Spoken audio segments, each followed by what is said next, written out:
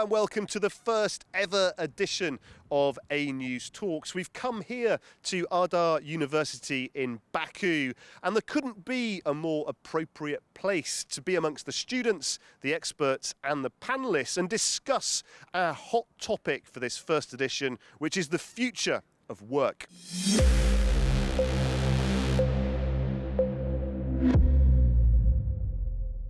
Well, the theme of this event is all about how new technology and fresh perspectives are reshaping the future of work. Some of you will be preparing for work, others will be midway through your careers. Many people watching at home will be in management positions trying to help others through constant disruption. Well, today our distinguished panel is going to help us get to the realities of subjects like the great artificial intelligence opportunity, how to create a career built on lifelong learning, and what to make of this apparent shift from traditional knowledge to skills and communication. Let's start to introduce today's panel. Mr. Matt Balchik is Executive Board Member and CEO at Absheron Hotel Group. He's got a distinguished career track record in the hospitality industry, spanning over 25 years. Mr. Balchik brings a wealth of expertise and visionary leadership to Absheron Hotel Group. His strategic mindset, combined with a deep understanding of the global hospitality landscape, plays a pivotal role in driving the company's continued growth and success. Prior to joining Absheron Hotel Group, Mr. Balchik held several high-profile executive positions, including Executive Director of Hospitality Operations at the Red Sea Project in Saudi Arabia. Welcome, Matt. Mr. Rob Cahill is a venture architect at Enhance Ventures, a venture studio building startups with Fortune 500s in fintech and energy. He previously worked at Techstars London, supporting several future of work startups, and at LinkedIn as part of its business leadership program. Rob holds a first-class master's degree in economics and business from Trinity College, Dublin. He has a deep interest in AI innovation and adoption, and is also an ultra-marathon runner, having completed a 100-kilometre race. Wow. Originally from Ireland, he's lived and worked in Ireland, the UK, China, Egypt, South Africa, Azerbaijan, Portugal, and Spain. Welcome, Rob. Nigar Shirinova is a presenter at AnewZ and a final year international studies student at Ardar University. With a strong foundation in diplomacy, media and global affairs, she brings a unique blend of academic insight and practical experience to her role. Now, prior to joining AnewZ, Miss Nigar had experience at the diplomatic mission of Azerbaijan to the EU, and the US Embassy in Baku represented Azerbaijan at international forums such as the World Youth Festival in Sochi and the Best Diplomats Model UN Conference in Dubai. Nigar, welcome back. Thank you all very much indeed. Matt, let's start with you, if that's okay. Now, you and I are a similar age. When we started work, the world of work was a little bit different. Lots of things now are different, but I suspect some of the fundamentals actually are still the same. Many different ages, backgrounds, educational levels. You work with thousands of different employees. What should we be thinking about when it comes to preparing for a new near-term future when it comes to work? Good to see you. Congratulations. It's an honor to be the first of everything, obviously. Thanks for giving us this opportunity. And thank you, Ardar University, for hosting us. My first hospitality job was a dishwasher in Laguna Beach, California. I moved from Turkey to US when I was 16, and then I had to figure out a way to figure out living. And that first job as a dishwasher, I was in a bit of a painful phase of my life, just getting all these dirty dishes and just having to clean them, and it's super hot in that kitchen. And then every time you took a break, you got out, it was cold, getting back in, back and forth. I remember those days. And then how I functioned that dishwasher itself. It was a very old-fashioned dishwasher. Fast forward, the difference between 25 years ago, what hospitality was, and what it is today. Recently went to Singapore, attending a food and beverage show, and I saw a dishwasher, which was significantly different than what I was operating back then. Now it's literally, dishwasher doesn't have to do much. It was all automated, and then technology took over. You show up with this tray, the magnets automatically pull up all the knives and forks on top of the dishwasher, and then the food, you don't have to actually scrape it as much as you used to. You just drop it. And then the most interesting thing is, it used to be it would go into a trash receptacle. Now the technology is all these pipes, this plumbing, sucks the actually food that you're dropping into the master trash receptacle behind the building, and then it kind of separates it accordingly, and then that's you protect the environment, you make the individual's life a lot easier. I wish they had this technology 25 years ago when I was in that little hot kitchen. And it kind of just dawned on me the changes that we have gone through in hospitality in particular, and I'm sure every aspect of any business. So that's the best way I can describe before and after. Thank you, Matt. Very interesting indeed. Rob, let's come to you. You know more about tech and innovation and investment in tech than most people. AI is spoken about almost everywhere at the moment. Some people are very enthused about the opportunities that it brings. Others are frightened, frankly, that it's going to replace people's jobs. What's the reality? What's the right way of thinking about AI when people are possibly looking ahead to how the world of work might be different in 5 or 10 years' time? Thanks, Guy. In terms of AI, I think some people are scared, some people are excited. I think the reality is that AI is coming. It's already here. There's 3 components to any job, and this can be applied whether it's to a driver or to anybody, to a news reporter, to an engineer. There's perception, there's decision making, and then there's action. And AI is going to slowly creep into each of these elements in any jobs. And for some jobs, it has already taken over completely. Basic customer support is now pretty much completely AI automated. So the AI gets a request in from somebody, it understands that request, it makes the decision as to what the next action should be, and then it takes the action, whether that's sending a message or issuing a refund or whatever it might be.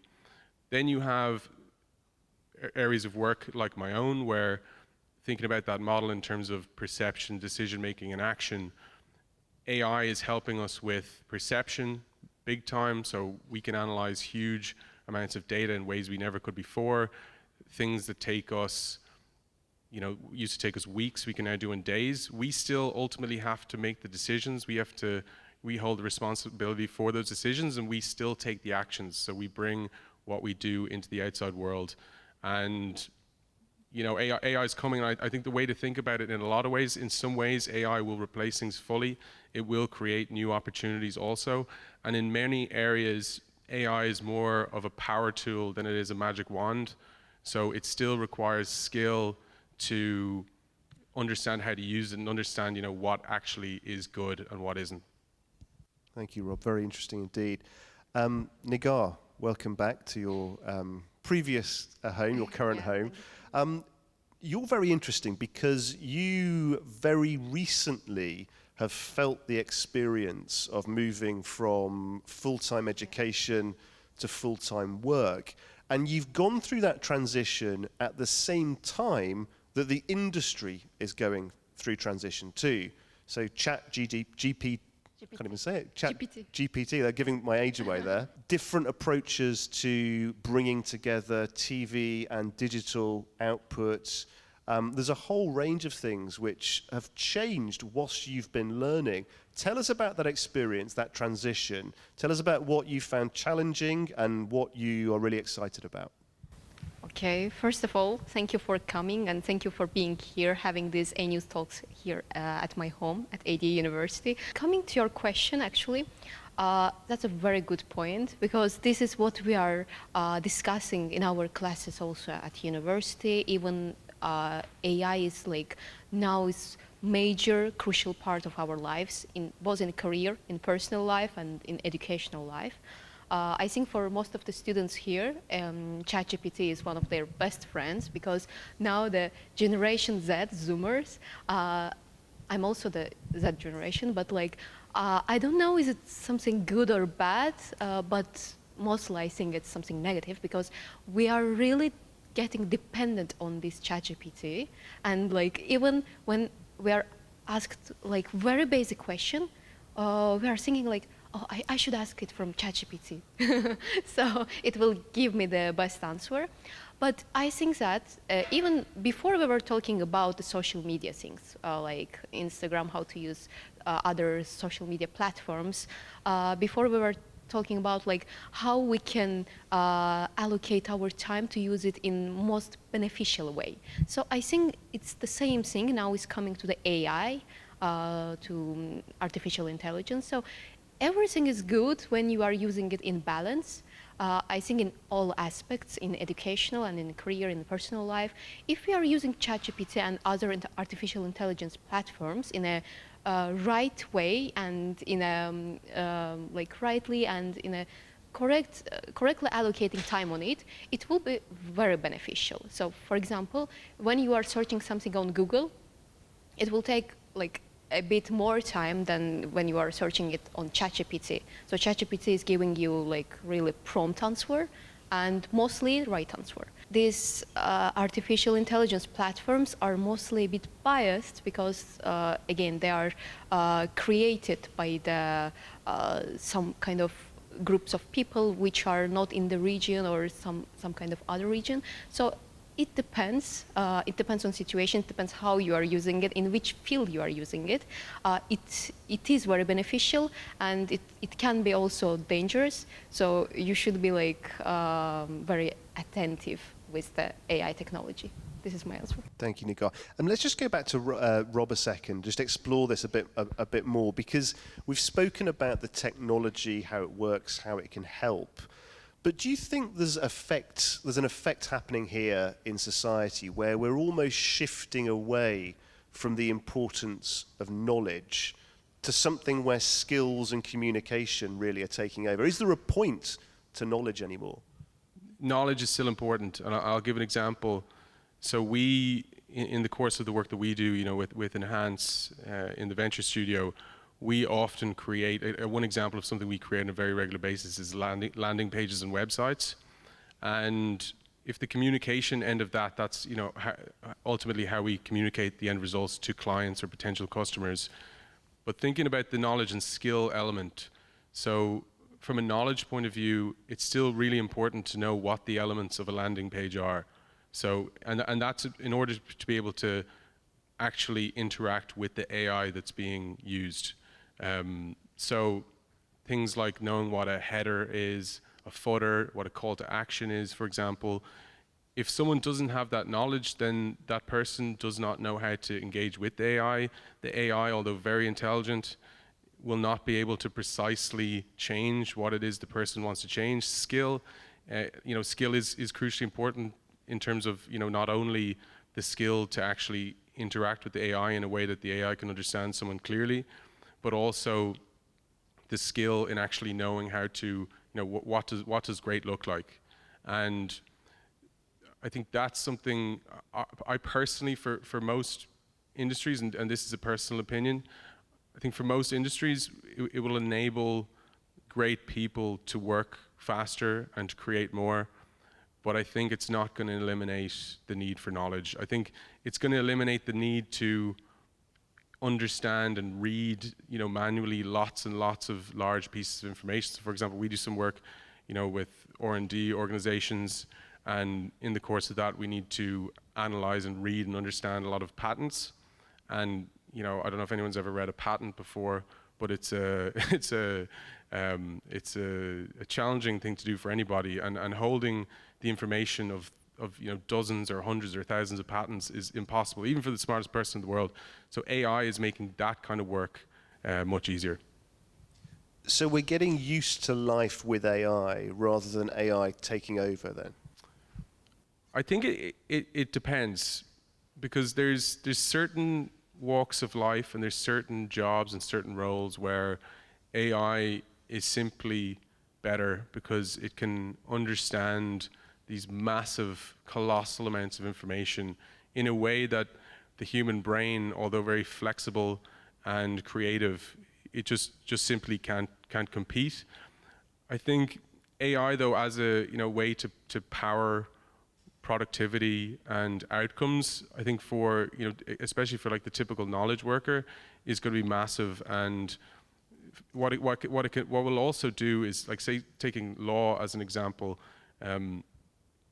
lawyers now will spend time engaging with clients and ensuring that their litigation is in the best order, and they probably won't be as tired going into a courtroom because they haven't spent the previous 3 weeks 18 hours a day reading documents, because AI can just help them understand it. So I feel I wouldn't say I have a completely positive outlook on it across every board, but I think ultimately it's the next element of progress that started with the discovery of fire, however many millions of years ago or thousands of years ago, through to the printing press and the steam engine, and AI is next. And the reality is it's coming, and it's about adapting and adopting, or potentially get left behind.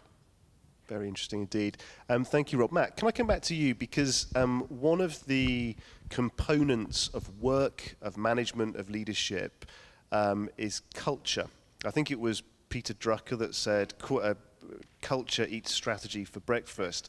In your industry in particular, culture, the development of culture, cultivating it is a big part of what leaders do, I guess. Has that changed? Is that changing at the same pace as the tech? Or is it still about those key fundamentals that you look at when you try to pull those levers across your organizations? No doubt things has changed, but before I get to that, I just want to get back to this AI. The business that we're in, obviously hospitality is all about the feelings. It's not it's not a commodity, right? We're not necessarily making cars or producing anything. So it's all about how you make that individual across the way, how do they feel about the experience that you're providing to them. And I feel no matter what, AI will never be able to take that over. How I make you feel, not in just at work, in relationships. It's all about that moment, it's all about that present that will never be. Right now is the only time that is now. And then same thing with judgment. Yeah, you can have all the historical data, you can have all the information, but you still have to make sense of it. You still have to make a judgment of that information. And I feel human mind will always win in that competition, long run. Yeah, and there are things, no question, it'll save time, it'll make it productive, but when it comes down to it, the feeling and the judgment, human brain will always win, I feel. I'm old-fashioned, I'm a little older. To your question, though, hospitality, in general terms, 30 years ago, the way we managed is definitely different than today because of the audience, because of the talent that we work with. How this audience is motivated today than how we were motivated back then is slightly different. So we have to adjust, we have to adopt. And then at AHE, Pasha Holding and then Pasha Real Estate, our vision clearly states that we are there to elevate the quality of life of Azerbaijani citizens. With that, we take an approach, and the new academy that was built is for that just purpose. Understanding the target audience, understanding the new talent pool, and ensuring that we actually provide the opportunities, and the way we do it on a daily basis is actually somewhat inspiring for that target audience.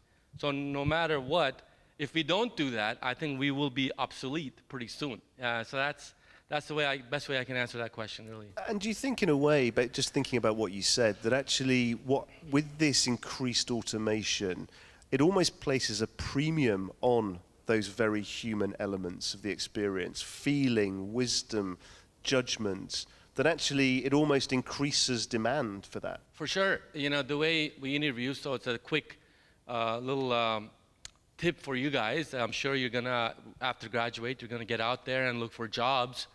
The way we interview, we look for 4 things. And number one is interpersonal skills. How do you actually interact with others in social settings or interview skills, or just starts with that? How do you connect with that individual in that 30 to 45 minutes? Then comes to communication skills.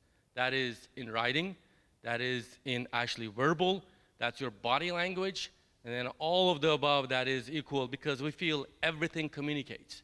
Even today, when I first walked in, within the first minute or two, you all made a judgment of me. What is this guy all about? How is he walking? How is he talking? My tone of voice, the way I was dressed, all of the above equals everything communicates. So we look at interpersonal skills, we look at communication skills, we also look at the image. Image is not that you have an Armani suit on. Image is actually how you carry that and how you actually deliver against that look and feel, that your brand, your reputation. The last is the good old resume and CV, what you've done, which is the least important. Believe me, especially in hospitality, you don't have to have 1 day of hotel experience. As long as you're good with people, as long as you can actually have a decent conversation, have a common ground with another individual, you're qualified. So that's the beauty of actually hospitality. And the second thing I can say about hospitality in general is that it's not just front desk, it's not just food and beverage, it's also finance, it's also sales, it's also marketing. So you can have variety of opportunities within the world of tourism and hospitality. Very interesting indeed. Yeah, Rob, it's really interesting what Matt was saying there, to get the real truth behind what people are looking for, what employers are looking for, which isn't always the same as the reported best practice. Give us an insight into what you look for when you're thinking about hiring graduates, because I know for many people, they look at your industry and probably get very excited and think, my goodness me, how could I persuade a venture capitalist firm to invest in my idea? How would I get noticed by a company like yours and persuade them to take me on? What's going through your mind as a leader when you're assessing candidates? Attitude is extremely important. And attitude, comprises how the person shows up, how they speak about the things that they've done before. Are they passionate about it? Did they just tick the box and get the job done and do, just about what was necessary? Or did they go the extra mile? And there's a lot of ways someone can demonstrate that. For example, if there's a case study element to an interview process, can that person really demonstrate that they've really tried to understand the case? As Nigar said, in terms of ChatGPT, some people can take the easy option and use ChatGPT, but they will be found out in the questions that are then asked. And when it comes to interview processes, and I've run many interview processes in my time, it's pretty clear to see who the person that really wants the job is. And that's one of those intangibles that I think is really important, is that sometimes you can really see that this person wants this opportunity. And that's huge when it comes to, sometimes you might have 2 candidates and one on paper looks better. Maybe they've got a shiny company on their CV. Maybe they might have a great university education, and all that stuff is brilliant. But without the desire to be involved, the desire to want to get better and improve, and being able to showcase that within an interview process, those more kind of CV or resume elements, become less important. It's very interesting that, because it chimes with my own experience of when you come to a new country and you're setting up something new and you meet stakeholders, politicians, dignitaries. And often what's surprising is in those meetings, a big portion of the conversation is really about, do I trust this individual? Is this someone that I can trust to do business with? Can I trust it when he says things are going well? Can I trust it when he says things are going not so well? And actually a much smaller component is the traditional KPIs that often we talk about. So it's a very, very interesting point. Nigar, can I just come to you for some final thoughts? You, as we know, you and I work together, and you have had a long history here at the university. Were there any differences when you were studying your subjects? Were there any differences when you were preparing for your career to the reality that you faced when you finally hit the real life office? There is always what you dream and the reality, what you have. In my case, I think I was a bit lucky.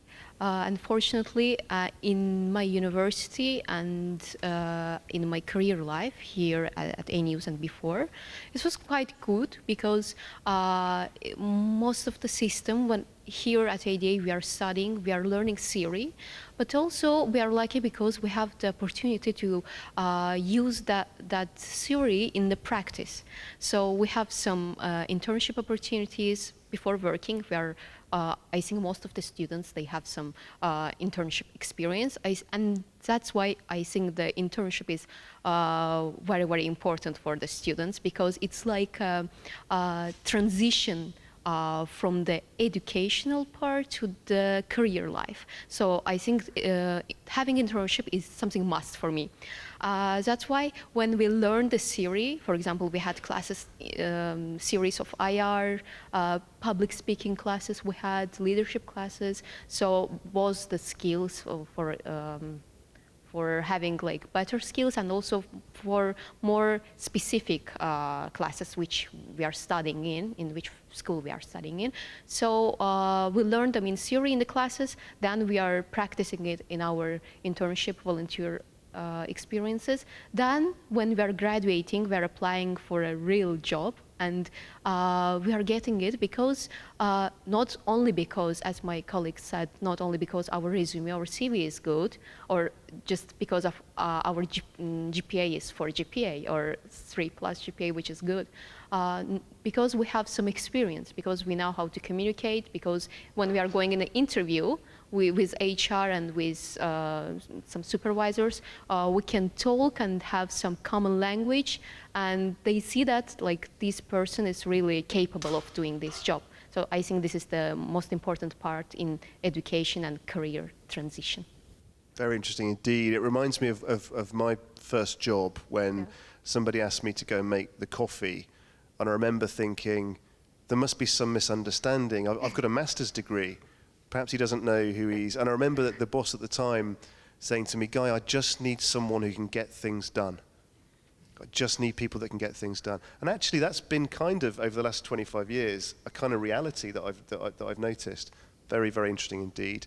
I'm going to hand the microphone over to my esteemed colleague, Katie, who is going to come out into the midst and take some of your challenging questions. Katie. Thanks a lot, guys, and thank you. They were great, weren't they? I've definitely learned a lot, and I'm sure you have as well. So before I open the floor to you guys, I want to extend a special welcome to our Yuxelis Award winners. Can we give them a round of applause?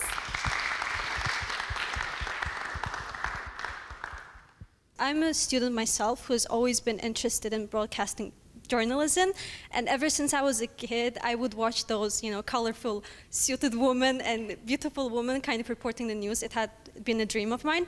And I remember Mr. Matt was mentioning something about the field of hospitality.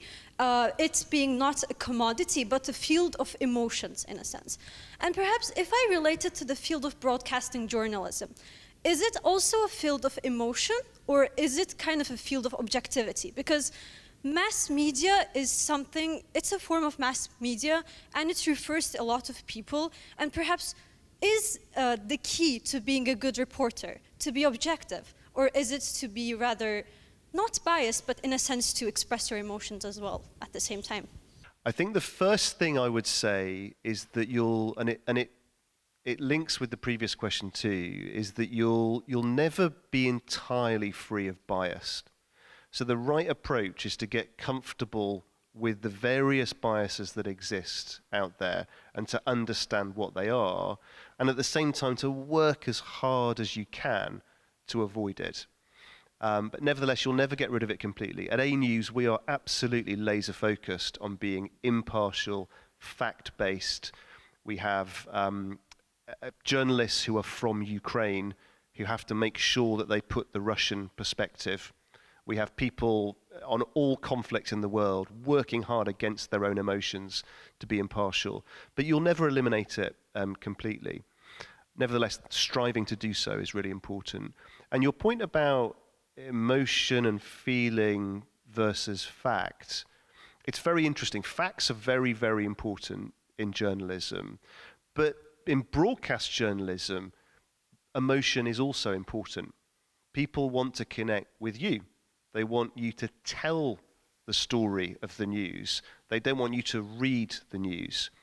And actually, often what happens when you're learning is you'll go through an arc where, to begin with, you will be very focused on producing the facts. And what I had was a boss years ago shouting at me, saying, "Where's the real guy? Where's the real guy? Where's?" And I was thinking, I don't know what he's talking about. What's he talking about? I'm doing everything I was trained to do. And so often it's a bit of soul searching as well, and figuring out, how do I help them, the audience, to understand who I sincerely am? And what is it that I'm good at when it comes to telling stories versus other people? You still have to do the basics and get your professional skills in good shape. But who you are as a storyteller will always be very, very important. We discuss war in classes, and I heard that AI is used in hospitality, production, education, but it's not the only place that AI is used. It's also used in military. And that is really a concern for me, because safety of the people, of my people and general public, is the priority for me. So what would you like to say about the AI usage in military? Should we restrict AI, or should we adapt and learn how to live with it safely? We took advantage of it recently. Obviously, our nation did. But, you know, I hear you. Human lives are most important. I wish there was no war. I think my simple answer is, I think love will win over anything. I think we should be able to negotiate and figure out our disagreements as adults. So anything thereafter, it's really not within our control. That's what I would just like to say about it. Yeah. I want to learn your perspective about general development of local business in Azerbaijan, and what kind of investment opportunities does Azerbaijan offer to international global companies, and what do they think about our general economic growth in the future? I think there's two components to that question, and thanks a million for it. There's how are local businesses growing, and what's the landscape for local business, and then there's the international business, and our international business is keen to invest in Azerbaijan. So just from a point of view of international businesses investing, I'll touch on that briefly. There's big growth when it comes to that. I think a lot of international businesses see Azerbaijan as a great hub for this region. There's a lot of technical talent here. I work with some amazing technologists in what I do. Our Chief Technology Officer, Enrique, actually got married today, which is amazing. But he's an incredible mind, and he's one of many incredible minds in Azerbaijan, and particularly as it relates to the technical skills. I think it's a really exciting time when it comes to the international. In terms of local businesses, building businesses here, we're very fortunate to be in the business of building startups in Azerbaijan. I think it's a really exciting time. We work very closely and are partnered with Sabah Hub, which are led by Rahim, and they're helping grow the startup space in Azerbaijan. Like, thinking about something like AI, like there's kind of two elements to AI. The way I like to think of, there's AI adoption, which everybody's going to be doing, and then there's AI innovation. And Azerbaijan, when it comes to the development of local businesses, I think it's every week and every month it's becoming a better place to be. I was fortunate to be on an offsite last week with Sabah. There's so many initiatives that they're running. It's actually incredible. Azerbaijan's second venture fund is currently being raised. It's it's incredibly exciting. There's now going to be the opportunities for local entrepreneurs to get to raise funds for startups. There's lots of different initiatives. There's lots of training ongoing, and I think it's a very exciting time. I would say that Azerbaijan, when it comes to say technology startups, is still in the first few chapters of its story, but I think it has the potential to be massive, and I'm really glad to be a part of it. We talked about interviews, so what you guys are looking in, and also AI. And I know that lately AI is also getting widely used in talent acquisition, in the HR part, and scanning CVs, and those are normal. But do you think it poses any threats in getting talent to the company? What kind of threats that it can pose when getting employees, and what kind of steps can be taken to kind of make sure that it doesn't get too dangerous out there, I'm an old-fashioned guy. I would never trust AI to hire someone to take care of people. But if there was a situation where we need thousands of people, so time is an essence, and then you just need to get through and qualify, just to make sure certain things are checked off, and then you use technology to do that, I'm all for it. But when it comes to, especially front of the house talent, that we want people that can connect, that we want people who can listen, empathize, apologize when necessary, and fix problems via using their judgment. Hospitality is all about that, ladies and gentlemen serving ladies and gentlemen. So when you look in an audience of people, you shouldn't be able to tell who's the guest, who's the talent. And that's just not the way they look. That's just the way they carry themselves. And then if you treat them accordingly, if you give them that opportunity, then that they will eventually. But AI, I think AI will only just kind of qualify, and then to turn down what's not really, like, do you have a degree, do you have this, do you have that? I think for that purpose, you can easily use that, but that's it. In hospitality, I mean, the rest could be slightly different, but in my field, I wouldn't trust AI to hire my front of the house talent. AI can be fantastic at finding and filtering candidates, but ultimately, certainly in our experience, I don't see any world where we won't have a human making the hiring decision regarding a human. So, AI can help us to, in the business we're in, we're not dealing with the thousands and thousands of people, but AI can help us find people. It can help us filter people. It can help us understand if someone has the basic qualifications to do the job that they've applied for. But no, I think it's humans hiring humans at the end of the day. I would like to share my experience. Maybe it can help you. Before, when I was having internship with in HR department, I was helping also human resources department. And what we had there, this is like my real experience. They opened an application for a position, and there were like more than 2,000 applications in one day. And it's like physically it wasn't possible for such a short period of time, finding a best employee for that position. So they were using system, some artificial intelligence system, where they just, with the application form and with the resume and CVs, the system automatically was selecting the top 50 or maybe top 100 candidates, whom later the HR was inviting for the interview. How do you think deepfakes and AI impact public trust in media? Because also it's a post-truth era in media, and where most of the people don't believe what they see in media. And with integration of AI-used content and deepfakes, where most of the content can be created and they are fake. What do you think? How does this affect people's trust? I think what's happened in the media industry is we've got, because of this technology, because of these things that you mentioned, it increases the need to do more traditional research. So it means that if you're an organization like ours, for example, journalists have to do research correctly. So they have to go sometimes to the original source documents or to the government articles. They have to look at multiple sources. They have to, and that takes longer. So in a sense, it's what you can't do is just make very, very fast decisions about what's true and what isn't true. But what it also does is place a premium on those people that will put the time and effort into being that discerning.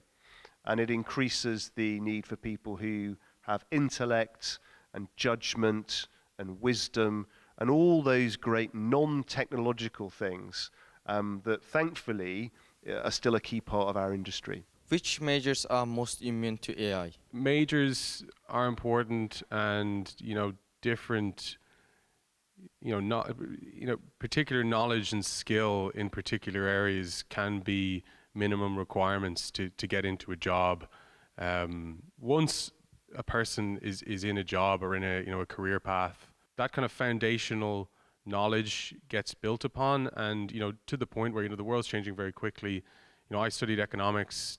Economics is somewhat relevant to what I do, but in terms of my day-to-day, what I do in a day-to-day is stuff that I've picked up over the last number of years since I've left university. I think one thing on that to kind of come back is that attitude is completely independent of major.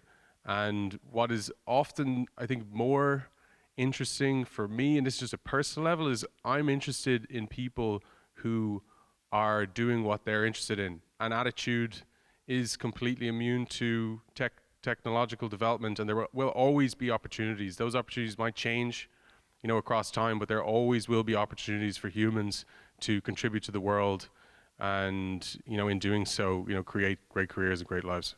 I want to learn your opinion on the recent Trump-Zelensky press conference. I know some journalists criticized the White House hospitality because one of the reporters asked why Zelensky is not wearing a suit, and other journalists actually commented that it was Zelensky who started with that. There's an ocean in between comments. You are media people, and I really want to know what you think. What we try to do at AnewZ, and to be honest at other news outlets too, is when we're focused on the news, so AnewZ we do news and analysis. When we're focused on the news, we work really hard to filter out the facts of what happened. So what actually physically happened, that's the starting point. Then when we move to analysis, that necessarily involves some opinion, some judgment. So there we try to balance that up between two people or three people or four people who have different opinions. And we create a framework for them to express their opposing opinions. That's really all we can do, is make sure that we present the facts and we signpost what's fact and signpost what's opinion, and try always to give both sides or multiple sides. I've been absolutely blown away by the topics you've covered, the things you've asked. I think you all have as well. We said to give them a grilling, and you certainly have. So thank you very much indeed. And from all of us here, please do join us again for another edition of AnewZ Talks.